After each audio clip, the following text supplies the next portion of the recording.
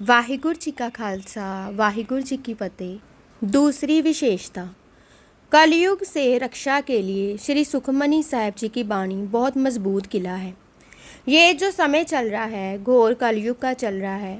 कलयुग के लक्षण बढ़ रहे हैं। जैसे एक उदाहरण है, कोई राजा हो किसी देश का, उससे सभी डरते हैं क्योंकि राजा जो चाहे कर सकता है। अपनी मर्जी से चाहे कोई भी कानून बना सकता है, जिसे चाहे फांसी लगवा सकता है, पूरी ताकत का मालिक होता है। ये जो युग जा रहा है इस पर कलयुग का राज है। पहले सतयुग, फिर त्रेता, फिर द्वापर और अब कलयुग का राज है। क्योंकि वह राजा है, 5 इसके सेनापति हैं। काम, क्रोध, लोभ, मोह, अहंकार, आलस्य, निंद्रा, द्वेष, ईर्ष्या, चुगली, दरिद्रता, बुरा सोचना और भी बहुत इसके सैनिक हैं। यदि सुखमनी साहिब की बाढ़ लगी हो तो इसके समक्ष कलयुग, उसके सैनिकों, उसके सेनापतियों का भी कोई जोर नहीं चलता। कभी नोट करो कि कोई शुभ कर्म ऊपर आए, प्रभात काल बन जाता है, पर कुछ समय उपरांत ही कभी उठा जाएगा और कभी अवकाश हो जाएगा, अथवा किसी स्वेच्छाचारी का संग घेर कर ले जाएगा। जब प्रभात काल उठने का समय होगा, मन कहेगा सो जा। कई तो प्रभात काल अमृत जैसा रस लेते होंगे और कहीं कलयुग इतना भारी हो जाता है कि कहता है सो जा। कई बार हमारे साथ ऐसा बीतता है, जब समय तो अमृत पान का होता है मगर निद्रा अपना जोर डाल देती है। कोई गुरमुख प्यारा दास को मिला और कहने लगा, बड़ी कोशिश करता हूँ प्रभात काल बन जाए, पर नहीं बनता। अलार्म भी लगाता हूँ, 1 नहीं 2 2 3 3 घड़ियाँ पर भी अलार्म बजता है, पर नींद इतना जोर डालती है वश नहीं चलता। अलार्म बंद करके सो जाता हूँ। अर्थात कलयुग जोर डालता है, नहीं उठने देता। एक बार कलयुग गुरु नानक साहिब के समक्ष आकर खड़ा हो गया और कहने लगा कि मुझसे हीरे मोती जवाहरात ले लो, ये प्रभात काल गुरबानी ना पढ़ो और ना ही पढ़ाओ। पास भाई मर्दाना भी खड़ा था। कलयुग से पूछने लगा, मुझे एक बात बता, ये तूने जो अपने ऊपर चादर ली है वह तो सारी फटी हुई है। तेरे पास तो अपने ऊपर लेने के लिए कोई अच्छा वस्त्र भी नहीं है और तू हमें हीरे मोती देने की बातें करता है। कलयुग कहने लगा, ये भी तेरे नानक की समस्या है। भाई मर्दाना कहता है कि मेरा गुरु नानक तो अमृत बांटता है, समस्या नहीं। कलयुग कहने लगा, जब सिख प्रभात काल उठने लगते हैं, मैं उन पर ये अपनी आलस्य रूपी चादर डाल देता हूँ।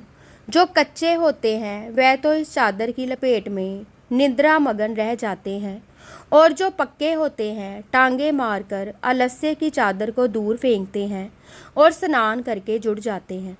उन्होंने टांगे मार मार कर मेरी चादर फाड़ दी है। भाव के रोकता है कलयुग। गुरु नानक देव जी ने कलयुग के प्रति ये शब्द उच्चरित किए। राग श्री राग महल्ला पहला, घर पहला। मोती ता मंदर उसरे, रतनी ता होए जड़ाओ। कस्तूर कुंगू अगर चंदन, लीप आवे चाओ। मत देख भूला विसरे, तेरा चित न आवे नाओ। हर बिन जियो जल बल जाओ, मैं अपना गुरु पूछ देखया, अवर नाही थाओ। बाबा नानक सिंह जी के इतिहास में से भी एक बड़ी अद्भुत साखी मिलती है। बाबा जी ने 12:15 बजे उठना, जप तप करना, आप भी जुड़ना और दुनिया को भी गुरु नानक से जोड़ना। कलयुग से बर्दाश्त ना हुआ। बाबा जी एक बार नानकसर कलेरा में, जहाँ आजकल सरोवर है, उस समय जंगल भयानक था, बड़े बड़े वृक्ष, सुनसान क्षेत्र था। ये तो बाद में बाबा ईश्वर सिंह जी ने जंगल को मंगलमय किया, सरोवर तैयार करवाया, सुंदर स्थान बनवाए। वहाँ तप कर रहे थे और सेवक से सुखमनी साहिब के पाठ श्रवण कर रहे थे। बाबा जी एक चौकड़ी पर 5 पाठ रोजाना सुनते थे। क्या कौतुक हुआ, एक बड़ी भयानक शक्ल का जीव बाबा जी के समक्ष आ खड़ा हुआ।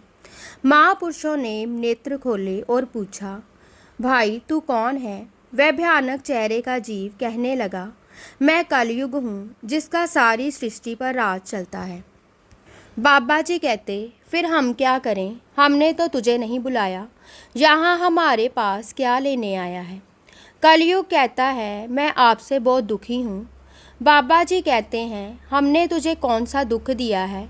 हम तो जहाँ गुरु नानक को याद कर रहे हैं, भजन बंदगी कर रहे हैं। कलयुग कहता है मैं उन सभी से ही दुखी हूँ जो नाम जपते एवं जपवाते हैं।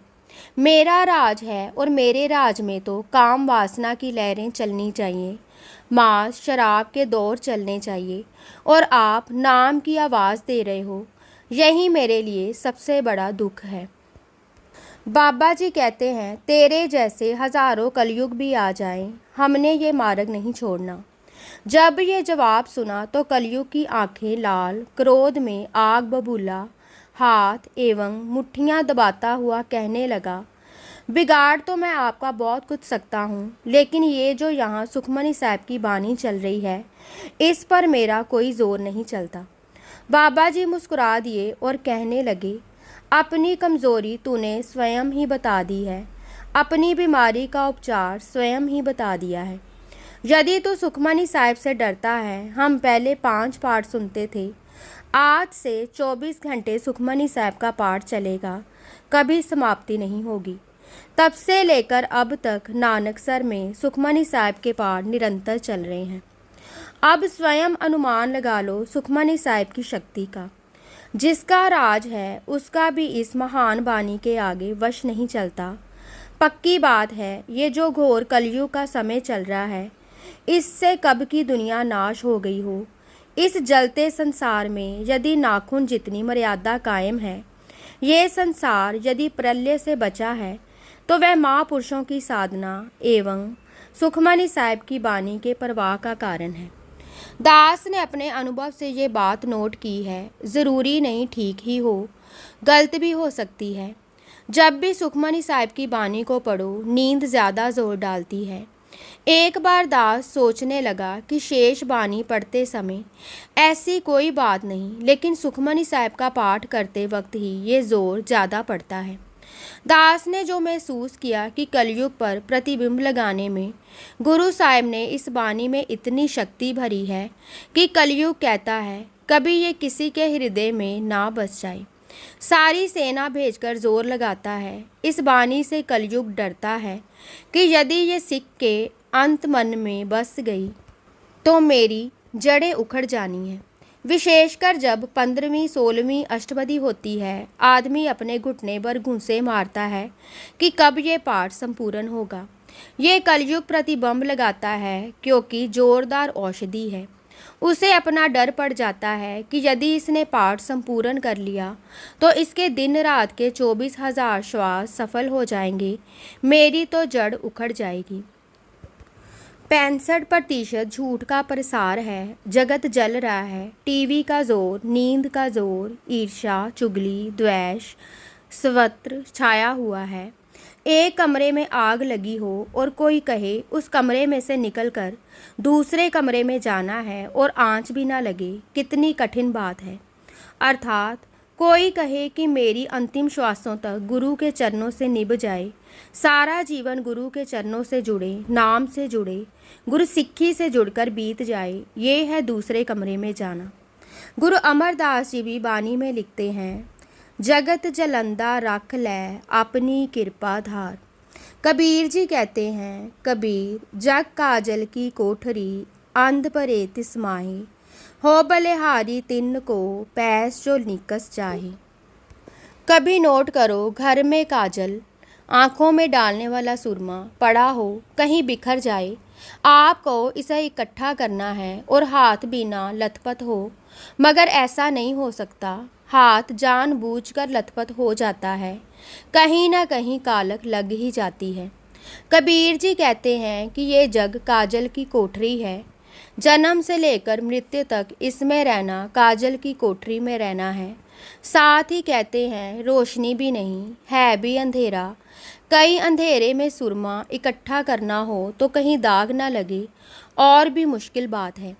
रोशनी हो तो थोड़ा ध्यान भी रखा जा सकता है। गुरु अर्जन देव जी ने संसार को अंधकूप कहा है। अंधकूप महाभयान नानक पार उतार।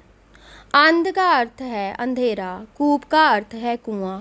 मार्ग में कुएं ही कुएं हों तो होगा अंधेरा ही अंधेरा, बचकर चलना बहुत मुश्किल है।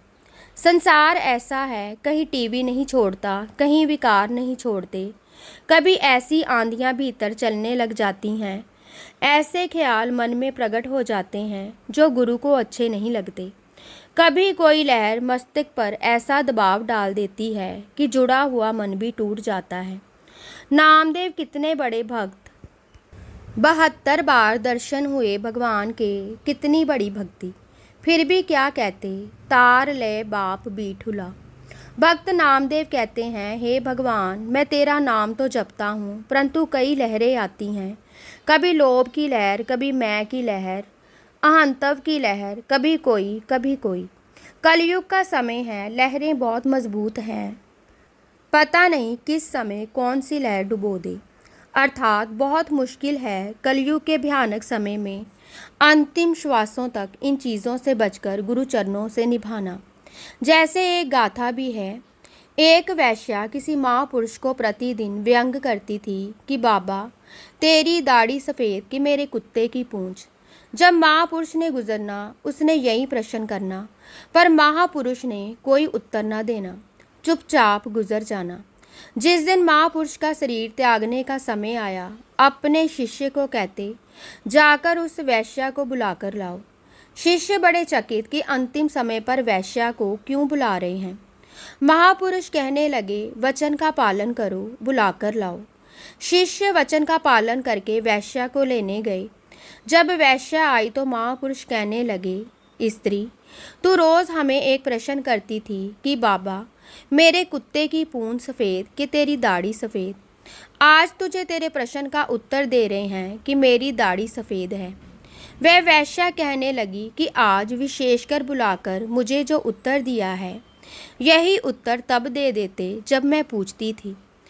प्यारो, बात की सूक्ष्मता पकड़ना। महापुरुष कहते हैं, स्त्री, तब मैं ये बात नहीं कह सकता था कि मेरी दाढ़ी सफ़ेद है, क्योंकि अभी मेरे श्वास शेष थे और शेष श्वासों से पता नहीं ये पापी मन किस समय कौन सी भूल कर बैठता, पाप कर्म कर बैठता, मुझसे कोई कुकर्म हो जाता, फिर मेरी दाढ़ी सफ़ेद नहीं रहनी थी, दाग लग जाना था। मेरी दाढ़ी से तेरे कुत्ते की पूंछ सफ़ेद होनी थी। अब मैं जा रहा हूँ, मेरे श्वास समाप्त हो गए हैं, इसलिए ये कह रहा हूँ कि मेरी दाढ़ी तेरे कुत्ते की पूंछ से सफ़ेद है। सोचा करो गहराई में जाकर, जब गहराई में जाओगे तो कहोगे, सचमुच पता नहीं इस कलयुग के राज में किस समय कोई लहर हमारा ही दिमाग खराब कर दे, किसी स्वेच्छाचारी का साथ हमें घेर ले जाए, दुनिया के झूठे पर मनमोहक रंग हमें अपनी तरफ खींच कर ले जाएं, क्योंकि झूठ का प्रसार अत्यधिक है, सत्यवादी का चलना बहुत मुश्किल है। इस कलयुग के घोर समय में गर्म आंधियाँ व बहती लहरों से ये सुखमनी साहब की बानी हमारी रक्षा करती है। कितनी ताकत भरी सतगुरु ने इस पावन बानी में। यदि आपके पास सुखमनी साहब का धन है, फिर कलयुग आप पर भारी नहीं हो सकता। ये दुनिया के रंग आपको अपनी तरफ आकर्षित नहीं कर सकेंगे। असली मर्द तो वही है जिसकी अंतिम श्वासों तक गुरु के चरणों से निभ जाए। जीना तो उसका है। बड़ों को देखते हैं, कई बार बहुत चाव होता है प्रभात काल जागने का, बानी पढ़ने का, गुरुद्वारे जाने का, अमृत पान करके गुरु के सिख बनने का, परंतु सामान्य देखने में आता है कि कईयों का 6 महीने, साल उपरांत अथवा 2 साल पश्चात सारा चाव ठंडा हो जाता है। फिर जिंदगी कहाँ की कहाँ नरक में तबाह हो जाती है। कलयुग ऐसा प्रभाव डालता है, प्रभात काल भी टूट जाता है, गुरसिक्खी जीवन भी नहीं रहता, दूसरी वो गिनती घेर कर ले जाती है। यदि सुखमनी साहब का दामन पकड़ोगे, फिर उन्नति करते जाओगे। अपने घरों में अधिक से अधिक सुखमनी साहब का पहरा रखा करो। वाहिगुरु जी का खालसा, वाहिगुरु जी की फतेह।